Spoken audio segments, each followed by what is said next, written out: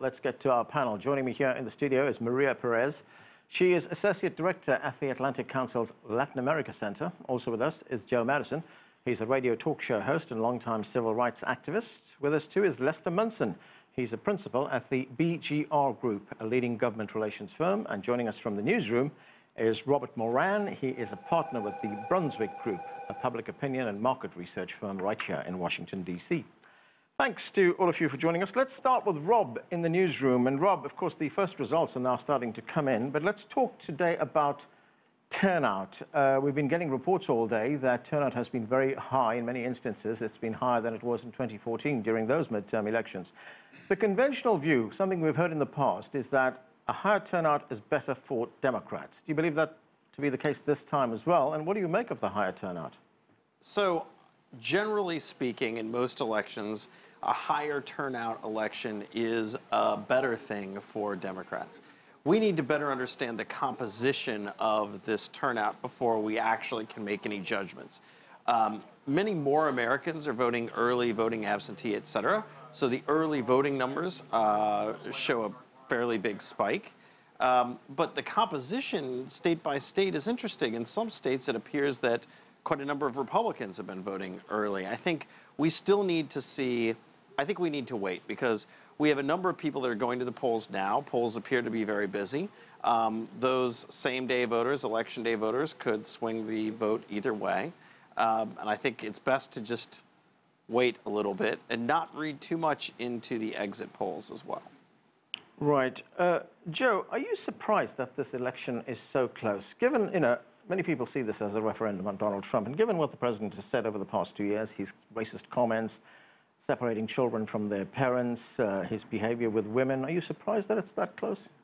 Yes and no. And what I mean by that is I'm not surprised that it's close in states, for example, like the Florida, the Georgia elections. There's a historical aspect to that has really motivated a lot of women voters, a lot of minority voters. So I'm not surprised that that's close. What does surprise me, though, is, and the Republicans on the panel can speak to this better than I can, with the economy and all of the discussion about how strong the economy is, you would think that the president's numbers would be certainly over 40 plus. It should be about 50. Now, that may be a little optimistic, but the strength is the economy. And usually when the president has such a strong economy, as he often says he does, and people believe he does, that there would be some coattails there that would catapult these elections to be wider than they are. But this is a ground game. And I think that's why it's really as close as it is. Both sides are have really put a lot of money into the ground game. I would just close by saying Democrats learned a lesson, and that is they can't campaign from Washington. They can't campaign from the DNC. So what they've really done is they've gone to the neighborhoods, and they have organized precinct by precinct. Lester, to Joe's point about the economy being so good and that not translating into more support for the president, is that an anomaly? I don't think it is. It's true the economy is going very well, but I think my guess is, and I am kind of making a prediction, I think we'll see that the Republicans are going to do pretty well in the Senate races tonight, while they're not going to do as well in the House races. And I think the dynamic in the House is a big factor is the fact that so many Republicans, so many senior Republicans are retiring this year. There are 41 or so open seats in the House that are currently held by Republicans that the Democrats have a very good angle on because those senior Republicans are retiring. So there's a lot of dynamics in this race that are not as simple as we've seen in other races, and there's a lot of different layers here. Now, the one thing, Lester, that the president has not been talking about a lot, I mean, he's been doing a lot of campaign on behalf of the Republican Party. He has not been talking about the good economy. He's made immigration the central issue in his campaign. Why is that?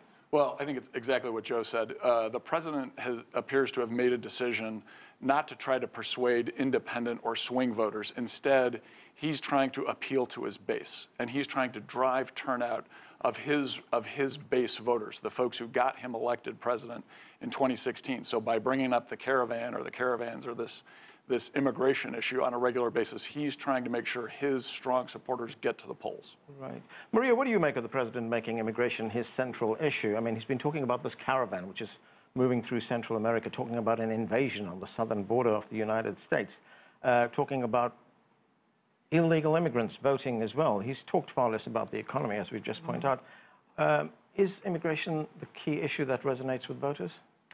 For his base, as Lester is saying, yes. And I agree that for Donald Trump, it is not about persuading new voters. It's more about activating his base, making sure that, as we've heard him say time and time again, a vote for ours is a vote for him, and this is a referendum on him and his presidency so far. It's all about Donald Trump right now.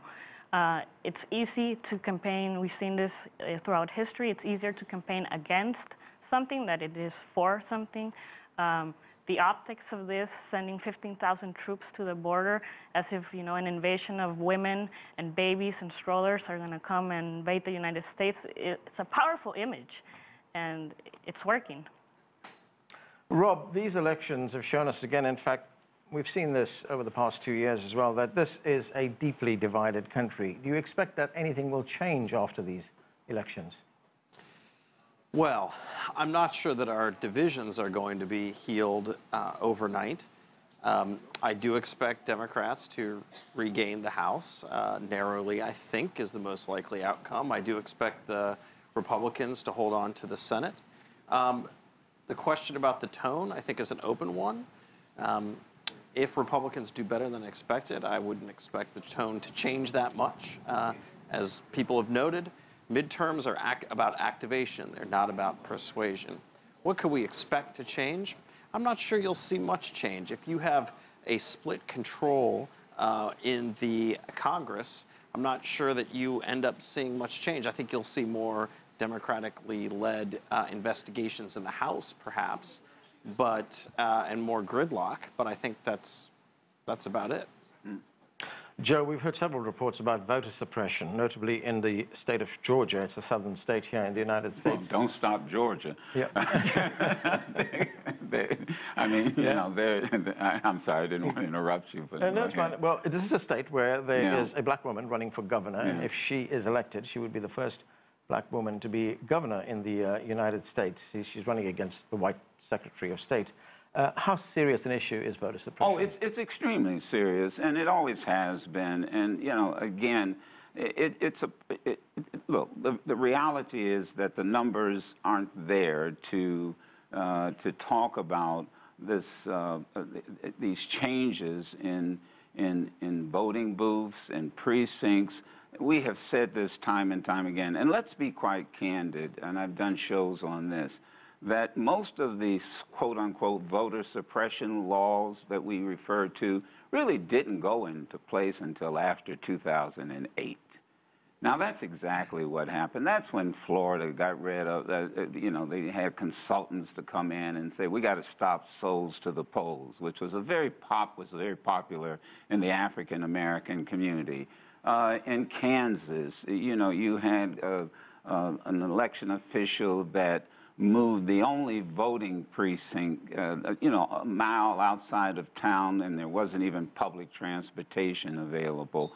And I still say, and again, there will be people who disagree with this, I really don't think you can be the referee, the judge, and the participant in the state of Georgia. I think the right thing to do was to recuse himself and say, you know, look, the system is there, it works, but here's what's really going, I'm afraid is really going to happen. And I think it's going to be a long night, because right now in the state of Georgia, as we're speaking, there are numerous complaints about polling booths are breaking down, folks are running out of ballots. Lawyers are going to be busy tonight dealing with some of these issues. But legally, everybody's entitled to vote, even if polling stations close.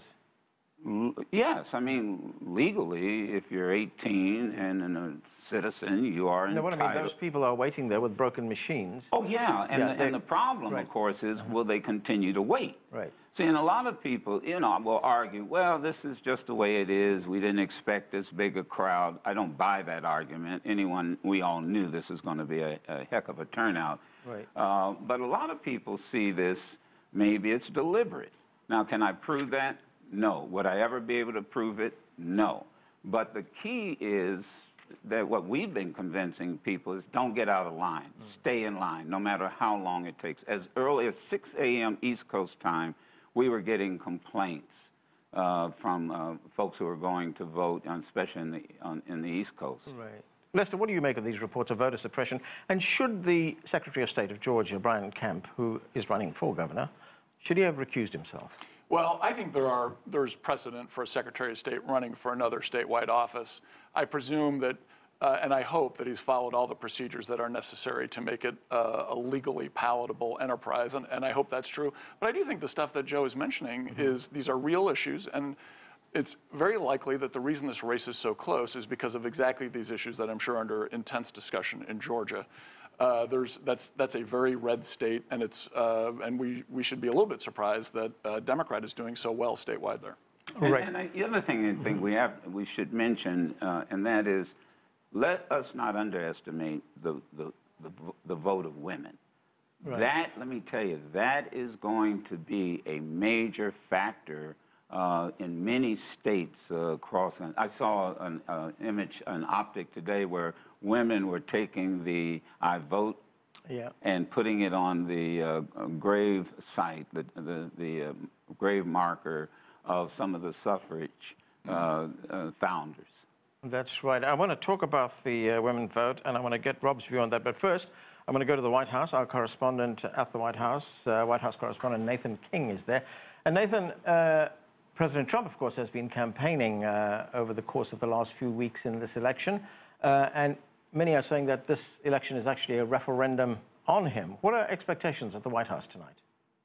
Well, they are watching the returns just like you and I. I mean, you know, you're absolutely right. He has been barnstorming across many states, U.S. President Donald Trump. In fact, he's been the campaigner-in-chief. You know, every midterm election is essentially a referendum on the president, but he's definitely put himself front and center. And where he's campaigned and how he's campaigned is really important here. He's essentially campaigned and had big rallies in deep red states to get out turnout, not areas like Wisconsin, not areas, for example, like Pennsylvania, purple areas near Pittsburgh where they voted for him, not in the suburbs of Detroit, but more, for example, as we saw in Indiana, as we saw in Missouri, really trying to solidify the Senate, it seems.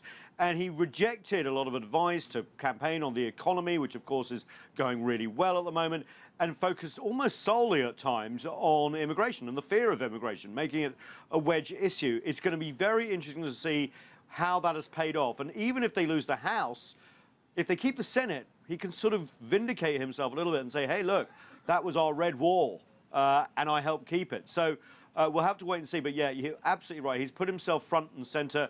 It may be very bad news for a lot of Republicans in so-called purple areas and suburbs around the major cities here in the U.S., but it could be good news for Republicans in the Senate who are in tight races with Democrats.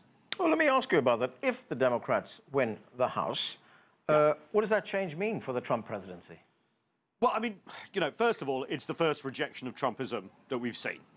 You know, he won the general election 2 years ago with 70,000 votes over 3 states.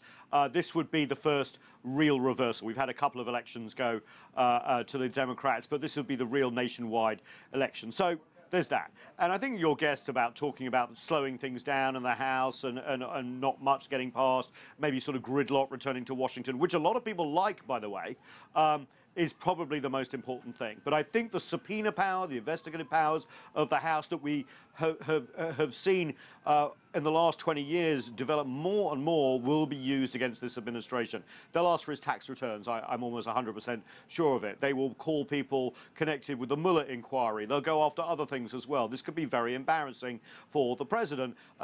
We're not using the I word impeachment yet, but, you know, there is a scenario where that could unfold, and you start to question whether he would be a viable candidate potentially for 2020. And there are plenty in the party who secretly at the moment, they're waiting for results of tonight, wouldn't see that as necessarily a bad thing. So it could wound him. The Senate, of course, he would be able to say, look, if the Senate stays red, hey, it's a 50-50 split.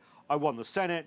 You got the House. Maybe I'll work with some Democrats a bit more, infrastructure, etc. Maybe work out some sort of limited deal on immigration. We'll wait and see. But that is his firewall. If the Senate goes down, I think Trumpism is going to be in a lot of trouble over the next couple of years. Okay, thanks, Nathan. That's White House correspondent Nathan King reporting there. Well, let's get back to the studio. Maria, the Hispanic vote in the United States. How important is that vote? Very important.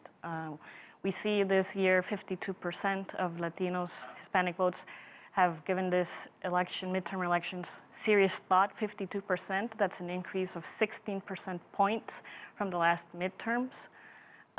We also see that this year there are 29 million eligible Latino voters, Hispanic voters. And this is due in part because they've turned 18 years old and so they can vote. That's a record number. That number translates to somewhere in between 11.9 to 13% of the entire eligible base. And they're going to be important. The issue, Latino voters haven't been very, there's not a lot of turnout in midterm elections. 2014 midterm elections was the historical low. This time around, there's been a lot more engagement, and we see the Latino enthusiasm outpaces that of all other U.S. adult groups. Lots of enthusiasm, but would it be a mistake for us to presume that Latinos vote as a bloc, a monolithic bloc for one party or the other? They are definitely not a monolithic bloc. Many of them, depending on where you're looking, and whether it be Florida or many of these states where immigration is a big issue, they might vote for Donald Trump. Many of them, when they voted for Donald Trump in 2016, 28% of Latino voters voted for Donald Trump. That was 1% more than they did for Mitt Romney, but still, that was, you know, given his rhetoric, we didn't think that was going to happen. Like, you are calling them rapists and drug traffickers, and the consensus, the thought was that they were going to reject him. But many people said, no, I voted for him because I believe in his policies, and what he's saying is just blah, blah, blah. It's just words. He's not really going to act on it. All right, let's go to Rob. And Rob, let's talk about something we were talking about a few minutes ago, and that's the impact of the female vote in this election. President Trump hasn't polled very well with suburban women. He appears to have lost that vote. Could it be the female vote that decides, really, where the balance of power goes? So it's hard to make any sort of sweeping generalizations about a group that is about 53% of the electorate on election day. Like our host talking about the Latino vote, it's very important to remember the female voters are in no way a monolithic group. So I back away from that. I think there are some groups that I'm very interested in. Middle-class suburban women living in lean Republican districts. It looks like enough of those voters may decide to vote Democratic to send a message, or may not turn out as much, or may turn out more for a challenger to a Republican incumbent, and that could swing some of these districts and erode some of the Republican margins in the House. And I think that is a much more focused way to think about it. Likewise, if you look at Latino voters, there are a couple places to look at, especially in the I-4 corridor between Orlando and Tampa, in suburban Dallas and suburban Houston. I think those are great places to look for clues as to where this election is going. I do think it's hard to make sweeping generalizations, especially in a midterm. But I do want to make just have a counterpoint, just one quick counterpoint. So I heard somebody earlier just say, well, you know, maybe there's a red wall to the blue wave, and maybe the president could say, see, I saved the Senate. No, I'm sorry. If you're the Republicans and you have the presidency, you have the Senate, and you have the House, and you have a great economy, it is campaign malpractice to lose the House of Representatives. It's ridiculous. You should actually be having a good night. Republicans should have a good night here. They're not because of the president's rhetoric and some of his actions. Just to get back to your earlier point, Rob, when you said that there could be places where Republican-leaning women this time may vote Democratic to send a message to the president. What's the message they want to send to him? Well, it could be frustration with the tone. It could be frustration with the Kavanaugh hearings. It could be frustration with some of his policies or behaviors, I think. I think looking at Virginia's 10th district is another good place to look, as well as some of the suburban Atlanta districts, maybe the suburban Columbus district, which is appears to be pretty close and shouldn't be. And I think that's a problem then for the 2020 campaign cycle, because they're alienating key parts of the base. Look, when Romney lost to President Obama, the RNC did this huge analysis about, oh no, what are we going to do? What can we do in the future to remain relevant? How are we going to win elections in the future? There's this huge tome that they wrote.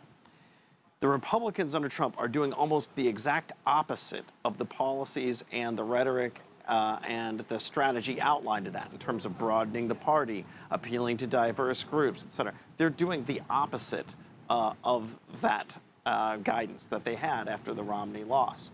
So I'm not sure that this should be surprising, but it is surprising when Republican incumbents lose on a night that should be very good for them, because the economy should give them a lot of wind at the back.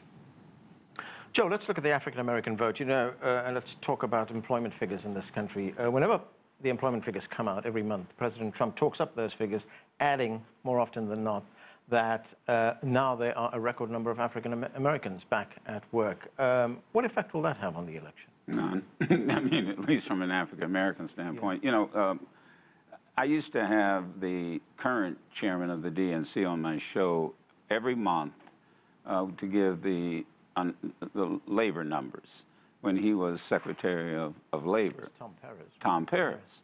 And of course, what we remember, and you'll hear these numbers, and I hate to try to memorize them, but remember we were losing 800,000 jobs when President Obama took over. And he used to say, we're gradually decreasing that, we're gradually improving. And that's exactly what happened. It was gradual. And so I will give President Trump credit for maintaining and improving on what he inherited. And let's just be quite honest about that. And I think that the former President Obama on the campaign trail made it very clear. By the time he left, he was adding, by the time he took over, he was adding more jobs than the president currently has added. So, I'm not one to put cold water on these numbers. Yeah. They're there. But this is and I'm not one to advise Republicans, but I'm telling you, you guys, they're going to have to sit him somewhere in a room and tell him, look, you just can't keep playing just to your base. You've got to expand it. The other thing I always laugh about is that during the whole campaign, in 2016 campaign, he used to say those are fake labor numbers. Oh, these are numbers don't count. These numbers don't count. Now, let's be honest. Yeah. The methodology has not changed at the Labor Department. They still count the numbers the same way. Now, all of a sudden, they're great numbers. So the reality in the African-American community, right, I think, and in most communities, here's what we really have to be careful of. Bread and butter issues. And I think to go back to the women's vote, that's why women are concerned. It's kitchen table issues. Yeah. That's really what people are looking at. I have just been told that we have about 40 seconds left. I'm going to go quickly around the table. Your predictions for tonight. Maria, let's start with you. I don't want to partake in that game. No, you don't want to play that game? We'll go to Joe then. I'm the same Joe way. doesn't want to play the game. No. I think I agree. I think the Democrats will take control of the House. I don't think they will get the Senate. I think that's not going to happen. Let's start. I think the Republicans will pick up 3 or 4 seats in the Senate, and I think the Democrats will take the House by about the same margin, 3 or 4 seats, and it'll be very close. And then, we may not know for a while. and then it all starts again Wednesday morning, because that's when the presidential We campaign still have starts. Rob. Rob, what's your prediction? Okay, I think the Republicans hold the Senate. I think they expand maybe 52, 53, 54. So many of these are so tight they could break either way, like Nevada. We don't know. Right. And I think you're going to have a lot of recounts on the Democrats, or on the House side. I think Right. Democrats take the House. I think it's maybe 230, 231, give or take, something like that. All right, we're going to have to leave it there. Thanks to all of you for being with us. That's it for this edition of The Heat. Stay with the CGTN as we continue our coverage of the U.S. midterm elections. I'm Arlen Naidu in Washington, D.C. Thanks for watching.